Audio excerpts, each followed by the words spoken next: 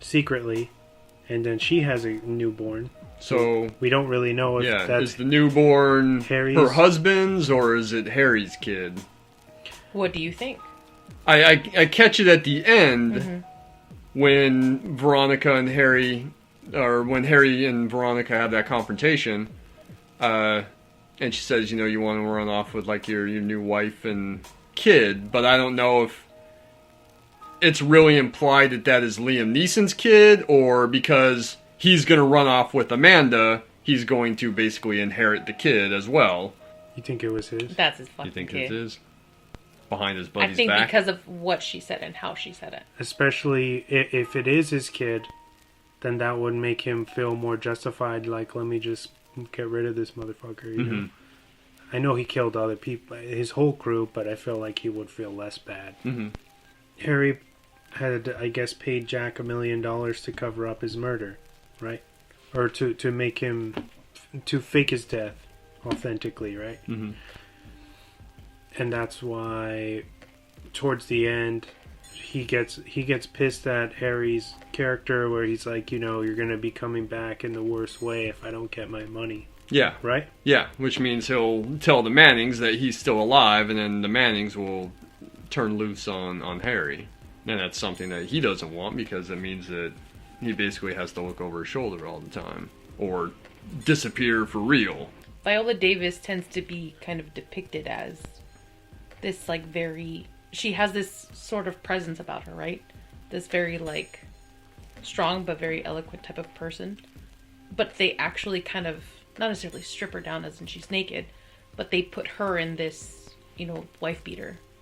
And they show a very powerful, a very strong, a very kind of, like, athletically built black woman. Which I thought was fucking fantastic. It's fantastic. That's my word. You I can't know. use that. Every time that he says fantastic, somebody has to take a shot. That was very fucking awesome to me, because you don't see that very often. Like, these stereotypes about movies and these stereotypes about who gets shot first, or, the very obvious role of who's going to go down first, and that doesn't necessarily happen with either Viola Davis or with Belle.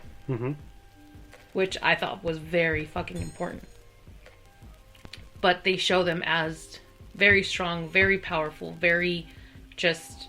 I don't even know how to explain it. Almost one step ahead of everyone as well, too. Like, they don't necessarily try to, do too much makeup. They don't try to do too much with the costume. They just kind of put them as strong, powerful black women, which is very fucking important. Especially Viola Davis having her natural hair. Exactly. Through the whole thing. Exactly. No wigs, nothing like that. Yeah, I agree. I really like how she brings the other two women in, says, this is what we're going to do. And they say, well, why you? Why are you the one in charge? And she says, I'm the one that's standing between you and a bullet. Either you do what I say, how I say, or, you take your chances. Basically, if they say that they're not going to help, she's going to give their names to the Mannings, right? It's implied in the sauna. Yeah. And I like that she takes charge and is basically the one that's setting up every single step of the heist. And not just setting it up, but also what's really cool is the scene where they have all the Tupperware. And she's loading it up with the sand and putting it in the bags and saying, this is what, however much money $1 million feels like if it's all in 20s or 50s or hundreds, whatever it is. Feel the weight, get used to it. So she makes them run back and forth. Yeah, it makes them practice.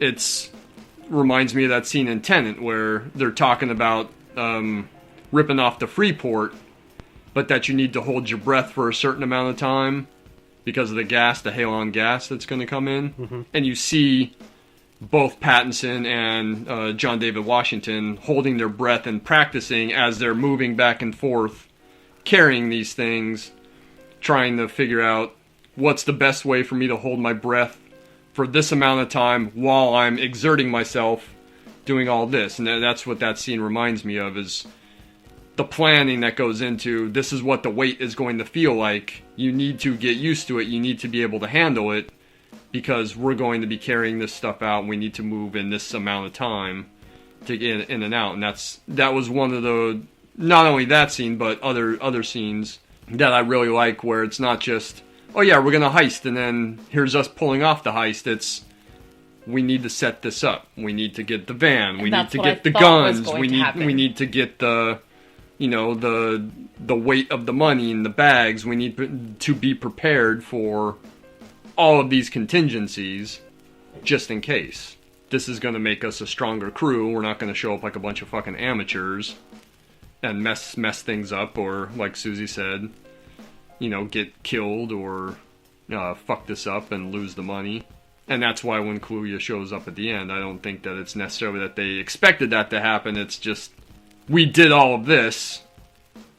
This is our money. We're not just going to let you come in and take it from us, and then, you know, we're just going to let that happen. They had fought to not necessarily stay alive, but to not end up dead by planning and pulling off this heist. And, you know, we are the ones that kind of went through every single step of it. And that's why they don't want Kaluuya taking it, and that's why she doesn't want Harry taking it at the end either. Beyond all the obvious. What's stupid about Kaluuya's character doing that to them is that they would have gotten their money back, right? She would have paid them the $2 million that they owed, because that was the plan, is to pay them the $2 million and then split up the rest of it between them, right? I also like how this movie gets into, it's not just a heist movie, it's also kind of about politics. Yeah, like a political thriller as well. Yeah, because there's the whole, you know, alderman election between Mulligan and Manning. There's that great scene where you see him, you know, kind of propping up the business initiative for the black women in the city. You see him give that speech, and he's in kind of a rundown part of the city, and then he gets in the car, and the camera just stays on the car the entire ride, and it's only like, what, a mile or so that they drive, and they go from kind of a rundown part of the city to a very nice part of the city, you know, townhouses and everything, with and one tracking shot that's maybe a minute or two long. Yeah. So you kind of see the disparity. Yeah, it's saying a lot without beating you over the head with it, you know. I know you two have never seen The Wire. I've seen episodes here and there, just not straight through. But I plan on doing it though. The third season of The Wire starts getting into not just like the crime aspect, but also the city politics aspect. And this movie reminded me a lot of The Wire, like third season on, where it's not just the crime movie; it's also having a lot to do with like city politics and everything. And this is what this film reminds me of. Check out The Wire. Fucking great show. Maybe that's why you appreciate this so much, because it reminds you of something that you love already. Yeah, right. That's true. Do you guys have a soft spot for any of his, or I should say Chris, do you like any of McQueen's other works? I'll tell you a secret. The only other movie of his I've seen is Shame. So, booyah, you can ask both of us that question. You never watched 12 Years a Slave? No, I've seen parts of it. I ran it as a test run for the San Diego Film Festival. The parts I saw were pretty harrowing. The thing that turned me off, I still want to watch the movie, but the thing that turned me off to it was, after I had run it, one of the studio execs was like, oh, so what do you think? Do we have an Oscar winner on our hands? And it really just bummed me out, because I was like, wow, like, did you literally just make this movie to win an award and not tell this incredible story? So that question and that attitude that the guy had really put me off to it. I'm not saying that it's not a great movie. Like I said, what I saw of it was very harrowing. And Chiwetel Ejiofor is fantastic, as is Lupita Nyong'o. I don't know. It was just the way that guy asked that question and it came off to me. It made it seem very much like he didn't really give a shit about telling a good story. Did he say that like in a Q&A or something? No, he like said it to me after I ran the test run for him. So he said it to you. Yeah, and I came down to check, is everything okay? You know, picture, sound, is there anything that needs to be bumped up or whatever? And he's like, oh yeah, so what do you think? Do we have an Oscar winner on our hands? So I was very meh after that. I do want to watch the movie. I think it's set up on my DVR right now. Yeah, it's on HBO. Yeah, Max. it's running on HBO. It's a hard watch. Yeah, and that's, like I said, it was very harrowing what I saw of it when I did the test run, but I haven't seen it all the way through. But the only other movie of his I have seen was Shame. I haven't seen Hunger. I didn't watch any of the Small Axe movies. I haven't seen any of those yet. But yes, I do want to check out his other movies. For Gillian Flynn, she wrote Gone Girl, the book, and then I think she adapted the screenplay too. Yeah, and Sharp Objects, which I don't care for Sharp Objects. You didn't like it either? No, that shit was boring as hell. Exactly.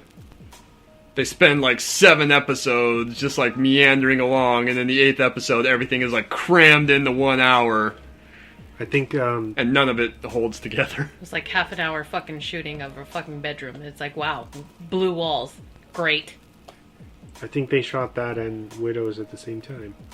Yeah, because like I think Sharp Objects was on HBO as a miniseries over that summer, and then Widows opened up in November. I will say that Sharp Objects has a good soundtrack. It does. But I think you are also a little bit more patient than we are. Yeah, I didn't have a problem with the... I thought that it was very, like, an acquired taste. Like, I could understand why you guys would hate it. Well, you liked the Ruffalo miniseries, too, which I couldn't sit through. I did. I barely got through 2 episodes of that, and then I said, fuck it, I'm done. But it's Derek C. and Friends, who I fucking love. So I'm like, I'm biased, I guess. Well, Jean-Marc Vallée did Sharp Objects, right? And Dallas Buyers Club is great, and Wild is very, very good. Even Demolition is okay. And I know that Susie liked... Gyllenhaal, right? Demolition? Yeah. What was the other miniseries? Big Little Lies. Oh, that was a great show. See? But Sharp Objects just could not connect with it at all. I was so fucking bored. And it's Amy Adams, so that's saying something. That's saying a lot, because you know him with Amy Adams. Chris and Amy Adams is like Wesley and Ryan Gosling. All I'm saying is Arrival is one of the best movies of the last decade. That's all I'm saying. And she was absolutely overlooked. The movie I was talking about earlier, which was another female-fronted movie from that same year that's fucking fantastic, is Annihilation. That's right, yeah. That just came out and was kind of ignored and didn't make a whole lot of money. Natalie Portman, Oscar Isaac. Mm-hmm. Tessa Thompson. But Widows and Annihilation both come out in the same year, both female-fronted, make roughly the same amount of money, and are kind of largely ignored. Did Annihilation, I don't know if you know off the top of your head, but did it have a bigger budget than Widows? I think the budget was roughly the same. Really? Yeah. Don't quote me on that, I didn't get a chance to do the research, but I think that the budget is roughly the same, and it makes the same amount of money. Very interesting doing this show with both of you, because it's a very different type of attention to specifics. The very ending scene is fantastic, just based on the fact that, like, how everything happens, because she completely goes against everything what she was saying. Once the deal is done, once the job is done, like, we're done. This is just a job. We're just gonna basically save our lives, and this is done.